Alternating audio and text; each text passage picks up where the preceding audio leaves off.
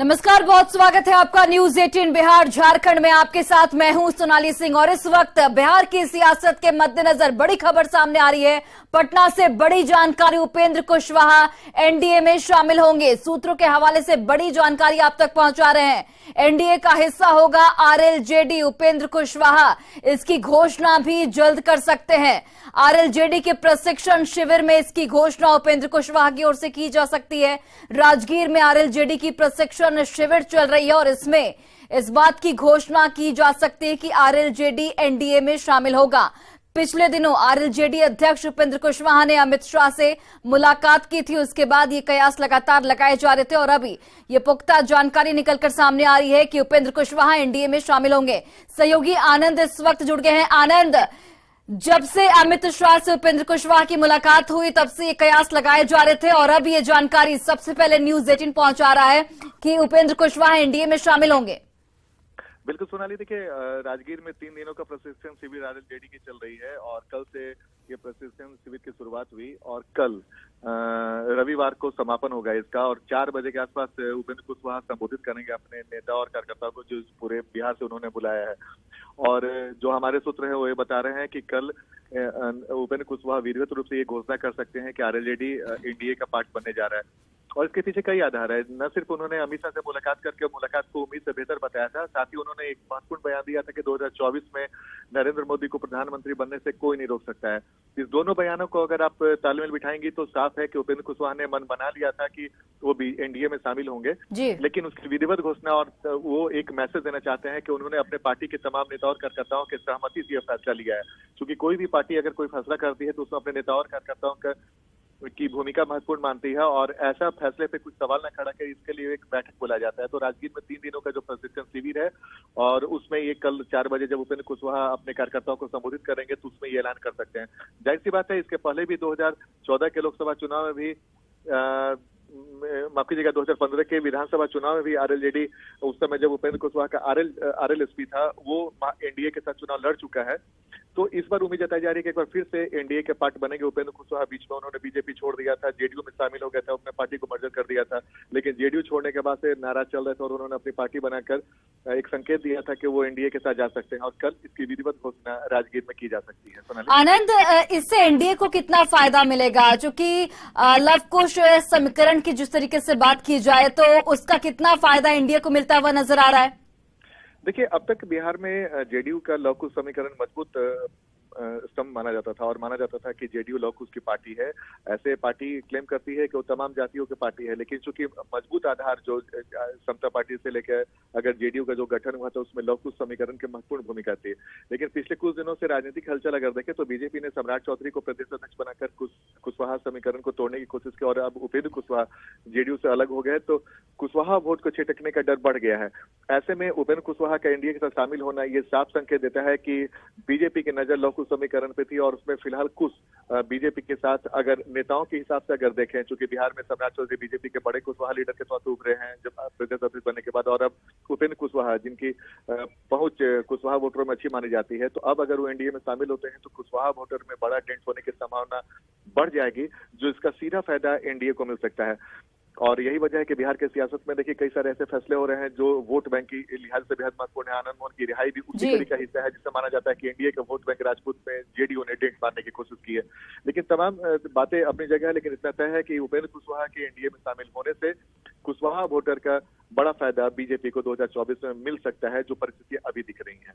आनंद, जिस तरीके से उपेंद्र कुशवाहा लगातार इसके पहले भी नीतीश कुमार पर हमलावर रहे हैं, हाल ही में उन्होंने एक बयान दिया था कि नीतीश कुमार के हाथ में अब कुछ भी नहीं बचा है, वो क्या हिस्सेदारी किसी को देंगे। ऐसे में जनता के बीच एक मैसेज तो जरूर जाता है। देखिए बिल्कुल, देखिए हर बार हर नेता हो या पार्टी हो, अगर किसी पार्टी के साथ गठबंधन करती है तो उसके पहले वो मैसेज देने की पूरी कोशिश करती है। उपेंद्र कुशवाहा ने कई बार नीतीश कुमार पर आरोप लगाया है कि नीतीश कुमार ने आरजेडी के साथ हाथ मिलाकर जो लव कुश समीकरण अति पिछड़ा समीकरण है उस पर उन्होंने कुठाराघात किया है और उसे कमजोर करने की कोशिश की है। और उपेंद्र कुशवाहा बार बार ये भी दलील देते हैं कि भाई नीतीश कुमार ने जो इशारे तौर में कहा था विधानसभा के सत्र के दौरान कि तेजस्वी यादव उनके अगले उत्तराधिकारी हो सकते हैं, होंगे, उसके बाद से उपेंद्र कुशवाहा लगातार हमलावर थे। और यही वजह है कि उपेंद्र कुशवाहा इस बार भी जब वो अगर एनडीए में जाने का फैसला कर सकते हैं और उसकी घोषणा करेंगे तो ये मैसेज देने की पूरी कोशिश करेंगे कि उन्होंने ये फैसला क्यों किया, एनडीए के साथ वो क्यों जा रहे हैं, और नीतीश कुमार ने लव कुश समीकरण के साथ साथ कैसे उनके हिसाब से, अगर उपेंद्र कुशवाहा के हिसाब से कहें कि कैसे नीतीश कुमार ने धोखा दिया, ये बताने की भी अपने नेताओं और कार्यकर्ताओं को पूरी कोशिश करेंगे। तो जाहिर सी बात है, जब भी कोई नया गठबंधन बनता है या फिर नए गठबंधन में जाने की बात होती है, उसके पहले जो नेता होते हैं या पार्टियां होती हैं अपने विरोधियों पर कई गंभीर आरोप लगाती हैं, ताकि जनता के बीच में जब वो जाए तो जस्टिफाई कर सके कि हमने जो फैसला लिया है वो फैसला इस कारणों से लिया, इन कारणों से लिया है। बिल्कुल। चलिए आनंद, आप नजर बनाकर रखिए और जैसे ही शाम में उपेंद्र कुशवाहा इसकी घोषणा आधिकारिक तौर पर करते हैं उसके बाद फिर से आपसे जुड़ेंगे। बहुत बहुत धन्यवाद तमाम जानकारी हम तक पहुंचाने के लिए। और चलिए इसी बीच बड़ी खबर पटना से सामने आ रही है। सीएम नीतीश कुमार को सुशील मोदी ने करारा जवाब दिया है। आनंद मोहन की रिहाई पर सुशील मोदी ने नीतीश कुमार को जवाब दिया है। कानून में संशोधन कर रिहाई की मांग नहीं की थी। सुशील मोदी का यह कहना है, आपने तो जेल मैनुअल में ही संशोधन कर दिया, मैंने नहीं कहा था कि आप इस प्रकार से संशोधन कीजिए। लाखों सरकारी सेवकों को जो सुरक्षा कवच मिला हुआ है उसको हटा दीजिए। आपने तो एक व्यक्ति के लिए यानी कि आनंद मोहन के लिए जेल मैनुअल में संशोधन कर दिया। आपने इतना बड़ा गुनाह किया है कि यह देश कभी भी आपको माफ नहीं करेगा। आपने राजनीतिक स्वार्थ के लिए और कानून में संशोधन करके एक आदमी को केवल राहत पहुंचाने के लिए इस प्रकार का संशोधन किया है ताकि 2024 के चुनाव में आपको इसका राजनीतिक लाभ मिल सके। दरअसल आपको बताते हैं कि कल जब नीतीश कुमार मीडिया को संबोधित कर रहे थे तो उस वक्त नीतीश कुमार ने सुशील मोदी और आनंद मोहन की एक तस्वीर दिखाई थी और कहा था कि सुशील मोदी खुद आनंद मोहन की रिहाई की मांग कर रहे हैं। उसी का जवाब सुशील मोदी ने दिया है कि मैंने कभी नहीं कहा था कि कानून में संशोधन करके आप किसी की रिहाई कीजिए। आपने जेल मैनुअल में पूरी तरीके से बदलाव कर दिया। ये देश आपको इसके लिए कभी माफ नहीं करेगा। और सुशील मोदी की ओर से यह भी कहा गया कि 2024 के चुनाव में आपको इसका राजनीतिक लाभ मिल सके, इसलिए आपने इस तरीके का फैसला लिया है। कर दिया जाए। मैंने मांग किया था कि ये थोड़ी कहा था कि कानून में संशोधन करके रिहा कर दिया जाए। मैंने तो कभी ये नहीं कहा कि जेल मैनुअल में संशोधन करके और उस धारा को, जिस धारा में सरकारी कर्मचारियों की अगर सेवा के दौरान अगर हत्या हो जाती है ड्यूटी के दौरान, तो उन लोगों को किसी प्रकार की राहत नहीं मिलेगी। आपने तो उस नियम में संशोधन कर दिया। तो मैंने तो कभी नहीं कहा कि आप इस प्रकार से संशोधन कीजिए और लाखों सरकारी कर्मचारियों को जो सुरक्षा कवच मिला हुआ है उसको हटा दीजिए आप। तो आपने तो एक व्यक्ति के लिए और जेल मैनुअल में संशोधन कर दिया।